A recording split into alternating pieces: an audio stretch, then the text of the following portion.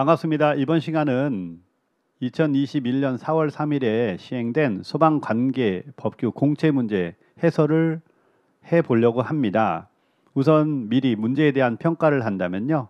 문제가 역대급이었습니다. 가장 어려웠고요. 그리고 일반적으로 지금까지의 출제 패턴에서 조금 많이 상당히 벗어난 문제들이 출제가 됐죠. 우선 고득점으로 본다 그러면 80점 이상은 고득점으로 보여지고요. 그리고 합격 점수는 잘하면 65점에서 70점 사이 이상이 합격 점수를 분포할 것으로 예상이 됩니다. 물론 공통 과목의 점수에 따라 조금씩 달라질 수 있습니다. 그리고 또 하나 미리 내년의 시험에 관해 평가를 해본다 그러면 내년의 문제가 이런 각도로 출제될 것이다. 난이도가 상당히 높았죠. 이런 각도로 출제할 것이다를 보여준 문제 형태라고 볼 수 있습니다. 그러니까 법규와 같은 경우는 기존에는 법과 령에서 주로 출제를 했는데 이번 문제는 시행규칙에서 상당히 많이 출제가 됐다. 좀 더 깊이 있게 공부를 해야 된다는 것을 명확하게 보여주고 있습니다. 자, 이거는 이제 내년 2022년 준비생들에게는 열심히 공부해야 된다. 깊이 있게 공부해야 된다는 걸 의미하는 거고요. 올해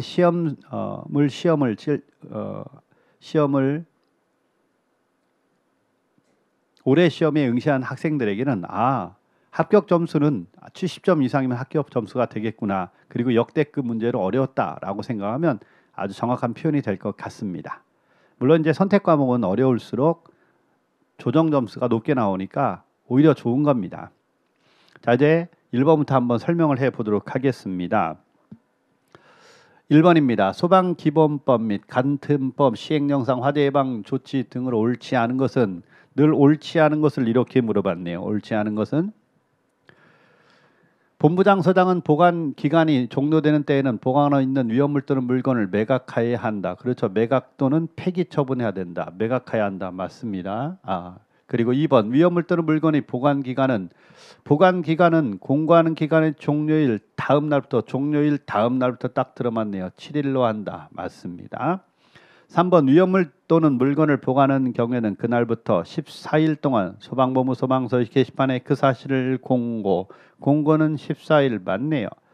그리고 4번은 왜 틀렸을까요? 폐기된 위험물의 소유자가 보상을 요구하는 경우에는 보상 금액에 대하여 소유자와 협의를 거쳐 이를 보상해야 한다. 우리가 공부할 때 무조건 화재방 조치 명령은 등장인물 누구만 나온다? 본부장, 서장만 나온다. 시도지사가 아니고 협의를 거치는 건 본부장, 서장입니다. 그래서 틀린 거죠. 좋습니다. 협의를 거치는 것은 누구다? 시도지사가 아니고 본부장, 서장이다. 이게 틀린 겁니다. 다음으로 넘어갈게요. 2번 소방기본법 시행규칙상 소방용 시설 설치 기준이다. 우리 소방용 시설 설치 기준이 나오면 수치의 연습이 가장 필요하다 그랬죠. 소방호스와 연결한 소화전 연결 금속 구의 구경 딱 정해져 있다. 65mm. 그리고 급스탑의 개폐 밸브는 늘 지상 어깨 높이 이상 머리 높이야. 눈 높이니까 1.5m 이상 1.7m 이하 0.8m 이상 1.5m 이하 틀렸습니다. 저수전은요 4.5, 0.5, 60, 4.5, 0.5, 60. 낙차는 4.5m 이하, 수심은 0.5m 이상.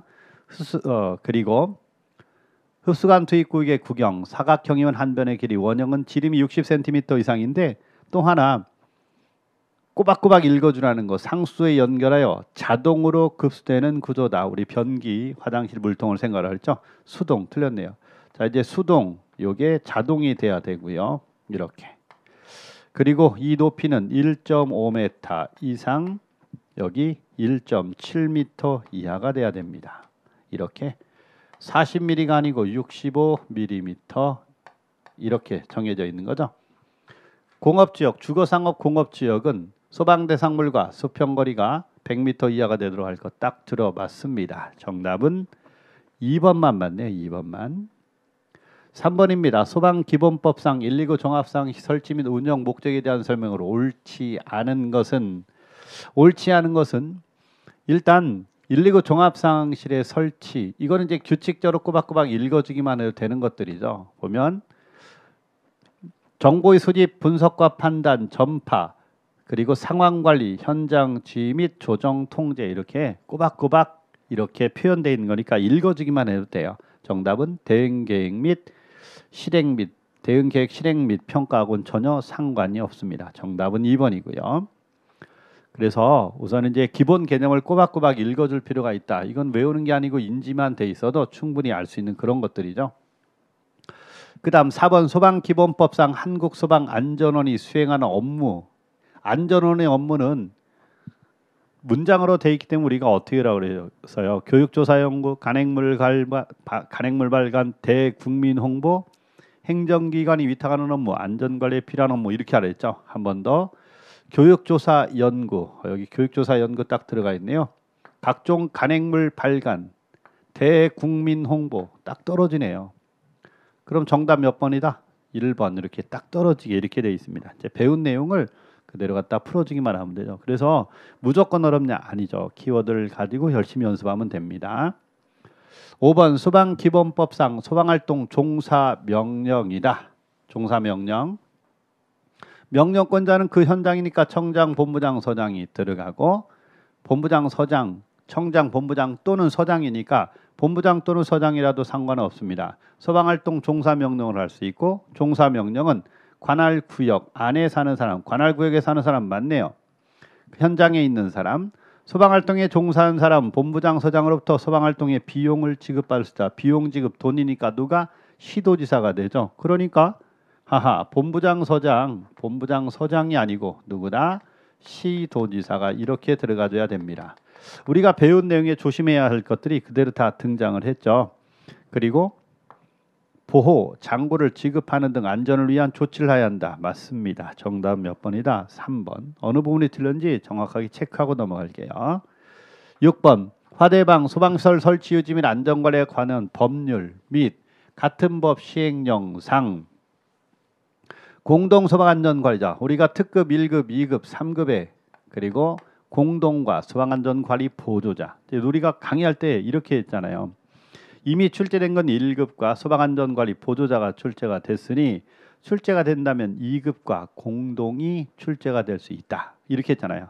그리고 공동은 다닥다닥 붙어있는 판매시설 중 도매시장, 소매시장과 지하가를 생각하되 답은 고층 건축물, 복합 건축물이 된다고 그랬잖아요. 그러니까 고층 건축물, 복합 건축물을 먼저 들여다보세요. 고층 건축물 순서를 꼭 지키라고 그랬죠. 그럼 순서를 봅니다. 가장 많이 나온 층수 몇 층 이상? 고층 건축물은 11층 이상이다. 딱 들어맞네요.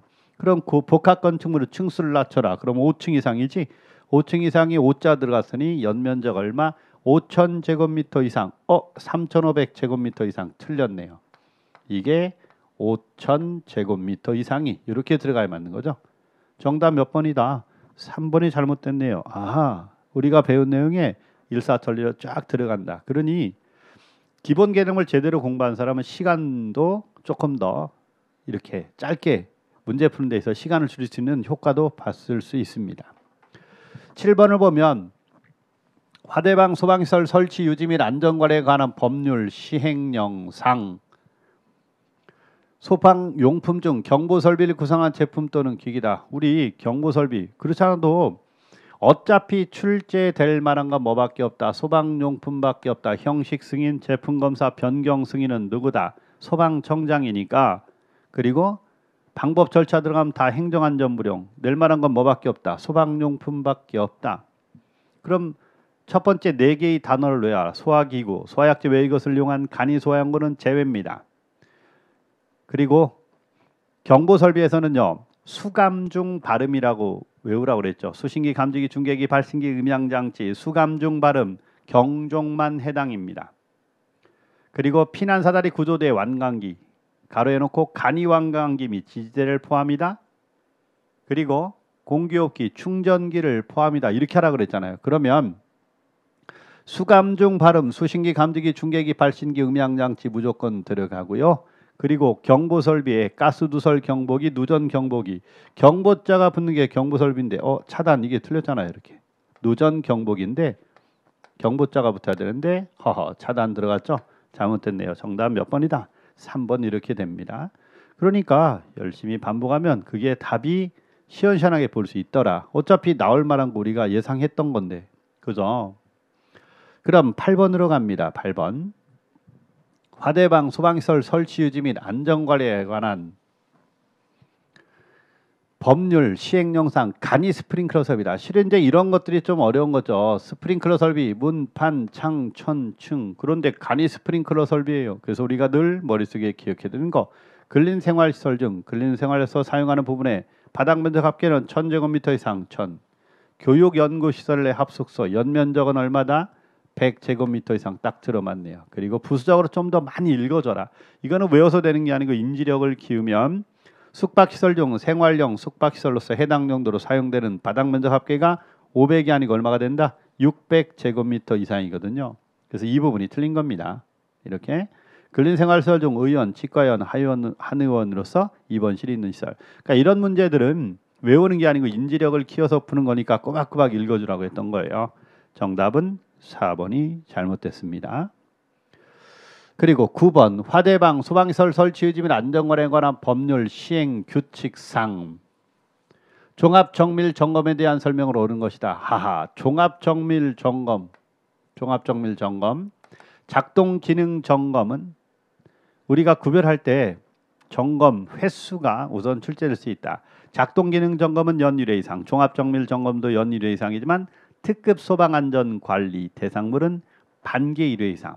그리고 점검자의 자격은 작동 기능 점검은 관계인 소방시설 관리업자 그리고 소방안전 관리자는 되지만 종합정밀 점검은 관계인은 해당되지 않는다라고 이렇게 했단 말이에요. 그러면 여기 한번 보자. 종합정밀 점검 소방시설 관리업자만 할 수 있다? 아니죠. 소방안전관리자로 선임된 자, 소방시설 관리사, 소방기술사가 해당이 되겠죠. 그래서 틀립니다. 이 만자 때문에 틀린 거예요. 소방시설 등의 작동기능 점검, 종합정밀 점검은 작동기능 점검을 포함한다라고 되어 있거든요. 포함하지 않는다 이게 틀렸네요. 건축물의 사용 승인일. 보세요. 이런 문제요. 이런 내용 우리가 문제 풀 때 전체를 다 알아야지만 풀 수 있다. 그건 아니라 그랬죠. 여기 물론 내용은 건축물의 사용 승인일까지다. 속하는 다음 달에 아니고 승인일까지입니다. 승인일까지로 바뀌면 돼요. 실시한다가 맞지만 이거 몰라도 상관없죠. 보세요. 우리 종합정밀점검 대상인 특정 소방대상물의 연면적 1000, 2000, 5000제곱미터 이상. 1000은 옥내, 자공, 옥내소화전섭이나 자동화재 탐지 설비가 설치된 공공기관. 2000제곱미터 이상은 다영특, 다중이용의 영업장이 설치된 특정 소방대상물. 그리고 5000제곱미터 이상을 표현할 때 스물, 꽃다운 나이, 스물특 이렇게 했잖아요. 스프링클러 설비가 설치된 특정 소방대상물. 이건 당연히 종합정밀점검 대상이고 그리고 연면적 5000제곱미터 이상인 것으로서 물, 분무 등 소화 설비가 설치된 스물특, 특정 소방대상물 이렇게 제연 설비가 설치된 터널 이렇게 정확하게 우리가 외웠다고요. 그러니까 우리 문제 풀 때 이런 걸 일부러 이렇게 넣는 겁니다. 그러면 우리가 아는 것만 가지고 풀 수 있다. 정답 몇 번? 4번이 정답이라는 걸 금방 알 수가 있죠. 10번입니다. 화재방 소방시설 설치 유지 및 안전관리에 관한 법률. 이제 이게 꼭 들어가니까 이거 그냥 무시해버려도 되죠. 필요한 때만 그걸 보면 되고 딱 보는 순간에 소방안전관리 대상물이 관계인이 피난시설, 피난경로, 대피원이 포함된 피난요도 안내 정보를 근무자 또는 거주자에게 정기적으로 제공해야 하는 방법으로 옳지 않은 것. 여기 보면 시행규칙에 들어갔다는 얘기는 뭐예요? 외우지 않고 규칙적으로 많이 읽어서 인지력을 키워서 문제를 푸는 내용이라는 걸 알 수 있죠. 웬만하면 이제 꼬박꼬박 읽어주는데 시행규칙의 내용에 공부하지 않는 학생들 굉장히 많단 말이에요. 자 이제 보면 읽어주기만 해도 충분한 내용인데 연 1회 피난 안내 교육을 실시하는 방법이다. 연 1회가 아니고 연 2회입니다. 그래서 이 부분이 틀린 거예요. 이렇게 분기별 1회 이상 피난 안내 방송을 실시하는 방법, 피난 안내도를 층마다 보기 쉬운 위치에 게시하는 방법, 엘리베이터 출입구 등 시청이 용이한 지역의 피난 안내 영상을 제공하는 방법. 내용이 딱 4개로만 구성되어 있습니다. 그래서 이제 읽어주기만 해도 정답을 구별할 수 있는 이런 내용이죠. 정답은 1번입니다. 11번 소방시설 공사법 및 같은 법 시행령 시행규칙상 공사 감리에 관한 내용으로 옳은 것. 자 이제 옳은 것을 이렇게 들여다보면 이런 것들이 뭘 의미하냐. 옳지 않은 것을 골라가면 좀 더 시간을 단축하는데 옳은 것 그러면 웬만하면 전체 내용을 다 읽어봐야 되기 때문에 시간을 잡아먹는다고 볼 수 있어요. 그럼 이제 기본적으로 좀 정리가 잘 돼 있는 학생 중심으로 보면 감리원을 배치하였을 때는 본부장 서장에게 어떻게 해야 된다? 통보해야 한다. 동의를 받아야 되는 게 아니고 통보해야 한답니다. 본부장 서장은 특정 소방 대상물에 대해서 감리업자를 공사 감리자로 지정. 공사 감리자 지정은 누가 한다? 본부장 서장이 아니죠. 관계인이 하는 거죠. 누가 한다? 관계인이 지정하는 거죠. 관계인을 대신해서 공사에 대해 감리를 하는 거니까. 그리고 상주 공사 감리 대상은 지하층을 포함한 층수가 16층 이상으로서 몇 세대 이상? 500세대 이상이죠. 500세대 이상. 연면적 3만 제곱미터 이상인 특정 소방 대상물. 그리고 지하층을 포함 잘 들어갔고요. 층수가 16층 이상으로서 500세대 이상인 아파트다. 이렇게 들어가잖아요. 우리가 기본 개념으로 철저하게 외웠던 것들입니다. 그리고 4번 상주 공사 감리 대상의 경우 보세요. 4번 내용이 우리가 일반적으로 공부를 잘 안 하는 부분이죠. 그런데 1, 2, 3을 잘 보세요. 우리가 배웠던 내용에 철저하게 연습했던 거니까 이게 모두 틀렸어요. 그럼 이거 읽을까요? 그럴 리 없죠. 정답 몇 번이다? 4번 이렇게 정답 체크해서 시간을 줄여줘야 돼. 이걸 열심히 내용을 보고 읽고 풀고 있었다. 이거 시간 안배 안 됐을 겁니다. 그래서 우리가 처음에 연습을 했던 것 중에 하나가 뭐예요? 시간 안에 풀지 못하면 합격 확률은 제로다. 시간 안에 푸는 연습을 충분히 해야 된다. 그럼 어떻게 하면 시간을 줄이냐? 이게 이제 우리가 최대 관건인데, 이번에 역대급이라고 표현한 이유가 뭐예요? 내용 전체가 문장으로 돼 있고 참 지문이 깁니다. 그 지문을 읽어내는 것만 해도 시간을 굉장히 많이 잡아먹었기 때문에 시간 안배가 안 됐을 게 불을 보듯 뻔해요. 잘못된 것보다는 옳은 것을 골라라. 이런 것들도 많이 등장을 했기 때문에 분명히 시간 안배가 어려웠을 것이다 라는 걸 유추할 수 있죠. 그래서 지금 현재 5개의 과목 중에 가장 어려운 과목이 무엇이냐? 역대급이라고 표현했죠. 법규가 가장 어렵다고 얘기합니다. 자, 그런 점을 보면 점수가 높은 점수가 원점수는 높은 점수가 나올 수 없다. 80점 이상이 무조건 고득점이에요. 그럼 합격 점수는 65에서 70점 정도라고 딱 못이 박혔다라고 보면 되는 거죠. 물론 이제 원점수로 이렇게 되고 조정 점수는 좀 더 다르게 나올 겁니다. 정답은 4번이 이렇게 됩니다.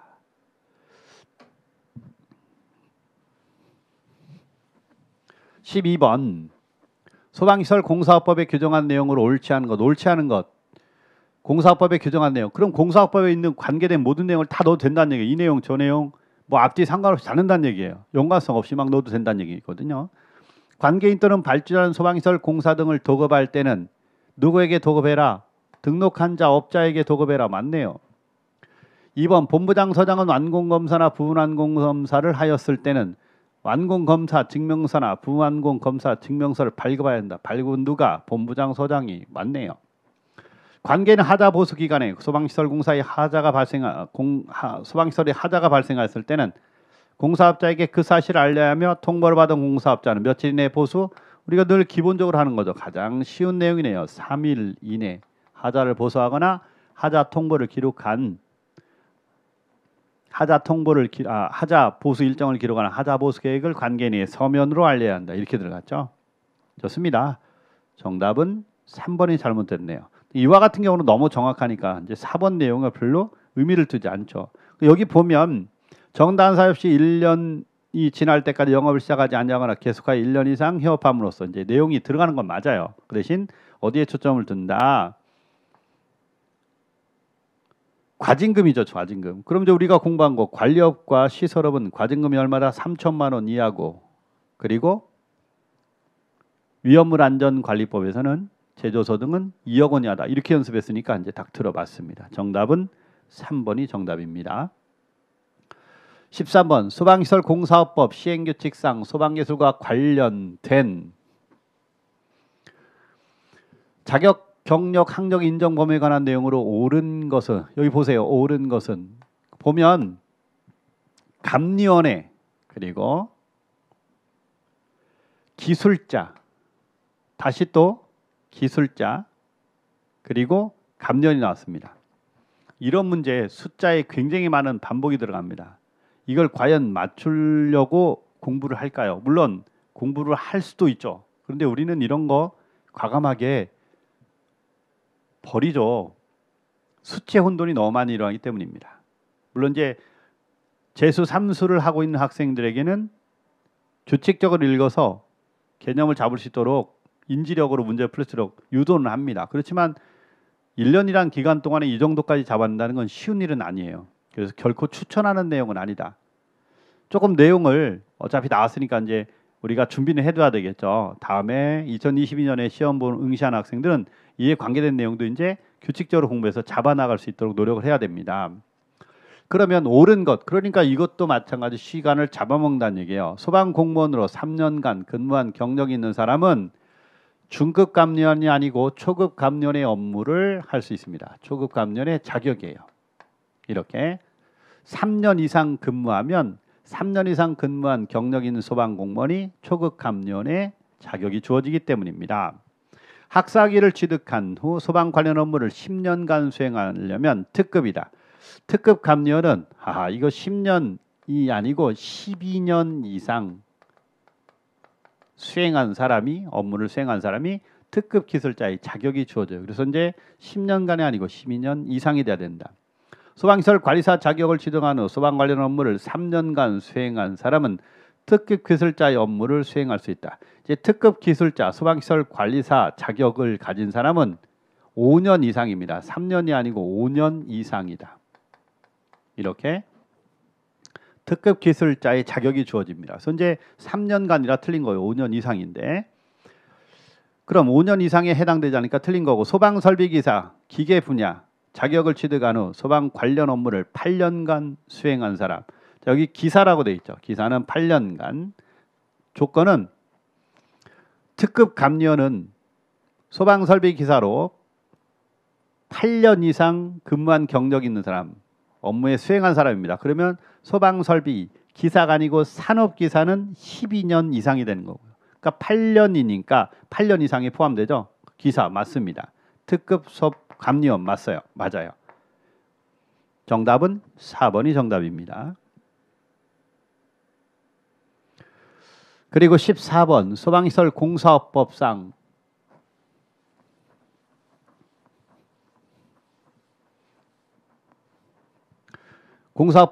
소방공사 감렵자의 업무 범위로 옳지 않은 것은, 자, 이와 같이 감렵자의 업무도 한번 보세요. 우리가 뭐라고 했냐면 적법성, 적합성, 지도감독, 성능시험이라고 했습니다. 이제 출제의 각도가 어떻게 달라진지를 보세요. 적법성, 적합성, 지도감독, 성능시험이다. 이렇게 내는 게 지금까지 출제 패턴이었단 말이에요. 우리가 준비한 게 좀 더 깊이 들어갈 수 있으니 이렇게 얘기했죠. 설치계획표, 설계 도서, 설계 변경 사항, 시공 상세 도면의, 딱 맞네요. 성능시험은 완공된 소방시설 등의 성능시험이다. 거기다 좀 더 추가적으로 충분히 연습하고 인지력을 키우기 위해서 지문을 좀 많이 읽어주라고 했던 내용이 이렇게 들었어요. 그럼 잘 생각해 보세요. 키워드 중심으로 낸다. 하의 문제죠. 키워드에서 조금 더 깊이 들어갔다. 중의 문제인데 이제 인지력까지를 동원해야 한다. 그러면 상해 문제로 넘어가는 겁니다. 그럼 이 문제를 보게 되면 보세요. 소방시설 등의 설치 계획표 맞죠? 소방시설 등의 설계 변경사항 맞습니다. 그럼 시공 상세 도면은 시공을 위한 도면이니까 이건 시공은 누가 한다? 공사업자죠. 그러니까 설계업자가 아니고 뭐다? 공사업자가 이렇게. 근데 내용을 규칙적으로 읽어주면 이 설계업자 상관없는데 시공이니까 감리업자의 업무 범위로 옳지 않은 것, 시공 상세 도면을 작성하는 건 공사업자니까 그 도면의 적합성 검토다. 이 충분히 알 수 있는 내용들이에요. 근데 이제 읽어주지 않고 키워드만 외우고 그냥 간단하게 끝냈다. 그러면 고득점을 맞을 수 없다라고 했잖아요. 기본 개념을 충실히 읽어줘야 된다 그랬어요. 정답은 4번이 잘못됐습니다. 15번 공사업법 및 같은 법 시행령상 공사업자는 소방기술자를 소방공사 현장에 배치하려는 것이 원칙이지만 발주자가 서면으로 승낙하는 경우에는 해당 공사가 중단된 기간 동안 소방기술자를 공사 현장에 배치하지 않을 수 있도록 되어 있는 예외사항이 있다. 다음 중 예외사항으로 옳지 않은 것. 여기까지 우리가 일반적으로는 공부를 잘 하지 않습니다. 그러면 이제 내용을 한번 읽어볼게요. 발주자가 공사 중단을 요청하는 경우 내용 자체를 보면 뭐라고 했냐면 소방기술자를 공사 현장에 배치하지 않을 수 있도록 되어 있는 예외사항.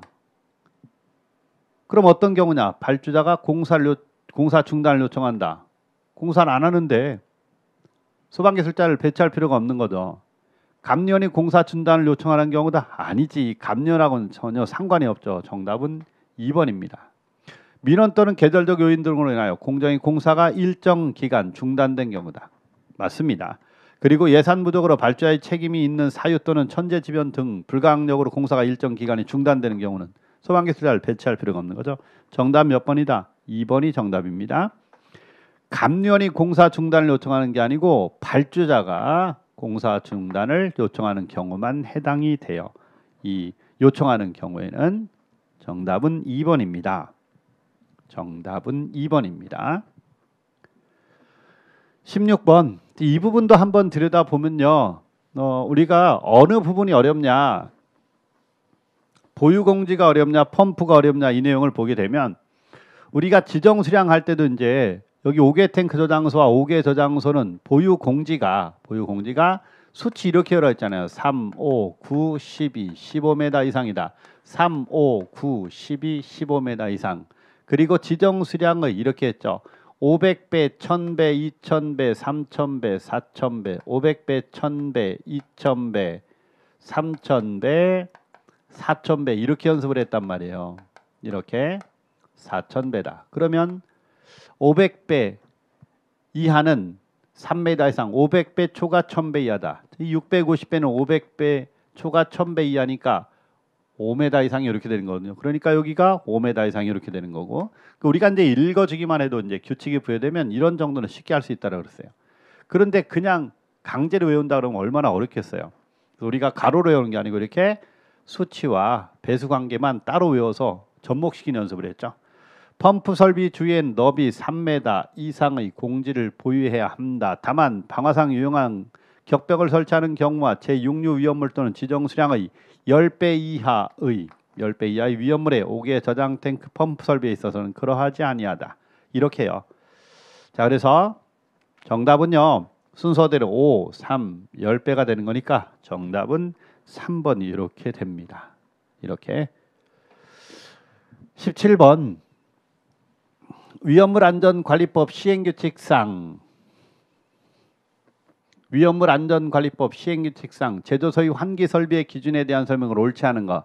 자, 옳지 않은 거. 보면 이 내용이 어려웠냐? 아니죠. 여기 보세요. 채광, 조명, 환기 설비에서 채광 설비는 채광 면적 최소, 조명 설비는 전멸 스위치는 출입구의 바깥 부분에 설치, 환기 설비는 자연 배기 방식. 그런데 여기 기계 배기 방식이다. 틀렸잖아요. 이미 우리가 기본적으로 중요하다고 생각하는 부분에 그대로 답을 집어넣어놨으니까 이건 거저먹기죠. 배출 설비는 강제 배기 방식이니까 국소 방식의 배풍기 배출 락트 후드 등으로 강제적으로 배출한다. 이렇게 공부했으니까 우리가 공부한 걸로 보면 그냥 거저먹게요. 환기구는 지상 2m 이상의 높이에 맞고요. 바닥 면적 60, 90, 120, 150, 60, 90, 120, 150, 60제곱미터 이하는 150제곱센티미터 이상, 60제곱센티미터 이상 90제곱미터 이상 90제곱미터 잠깐만요. 60 한 번 더요. 60제곱미터 미만은 150제곱센티미터 이상, 60제곱센티미터 이상 90제곱미터 미만은 얼마다? 300제곱센티미터 이상, 90제곱미터 이상 120제곱미터 미만인 경우는 이게 얼마다? 450제곱센티미터 450제곱센티미터 이상. 그러니까 딱 들어맞죠. 그래서 우리가 연습할 때 이렇게 했잖아요. 60, 90, 120, 150, 60, 90, 120, 150 이렇게. 그리고 급기구의 면적은 150, 300, 450, 600, 150, 300, 450, 600 그리고 750이 아니고 바닥 면적이 150제곱미터 이상인 경우는 800제곱센티미터 이상이다. 이렇게 연습했잖아요. 그러니까 이거 딱 들어맞습니다. 급기구는 낮은 곳에 설치해야 설치하고 가는 눈의 구리망으로 인화 방지를 해야 순환이 잘 된다고 그랬죠. 환기 설비니까. 잘못된 거 몇 번이다? 1번이다. 이와 같은 문제는 정답 1번이 나오자마자 2, 3, 4를 안 읽어요. 그냥 1번 딱 체크하고 너무 정확하니까 정답 1번 체크하고 넘어가야 시간 안배가 가능한 거죠. 혹시나 다른 내용도 틀리나 읽는다. 그거는 충분히 공부를 하지 않았다는 걸 의미하죠. 그럼 시간 안배가 안 되기 때문에 무조건 떨어진다고 봐야 돼요. 18번 위험물안전관리법 시행령 및 같은 법 시행규칙상 위험물의 성질과 분명히 옳지 않은 것은, 자, 이제 옳지 않은 것인데 우리가 일반적으로 품명을 따질 때는 시행규칙까지 들어가지 않죠. 시행령까지만 하는데 이번에는 시행규칙까지 넣었단 말이에요. 한번 보세요. 가연성 고체는 뭐다? 인류위험물이네요. 가연성 고체는 제1류위험물이네요. 산화성 고체가 1류위험물이고 가연성 고체가 2류위험물이니까 우리가 어떻게 였나요? 지정수량을 할 때 철분, 금속분, 마그네슘 500kg이다. 황화린, 유황, 정린 100kg이다. 딱 들어맞네요. 산화성 액체는 6류위험물이다. 앞에 과자, 뒤에 산자, 앞에 과자, 뒤에 산자. 산화성 액체는 제6류위험물, 앞에 과자, 뒤에 산자, 과염소산, 과산화수소, 질산. 딱 들어맞네요.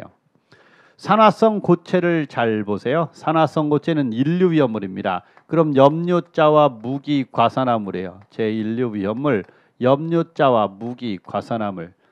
염료자 들어갔고요. 무기, 과산화물인데 과요두산 이거 틀린 거 아니야? 이게 시행 규칙에 따로 들어가 있는 내용입니다. 그러면 그 아래를 보세요.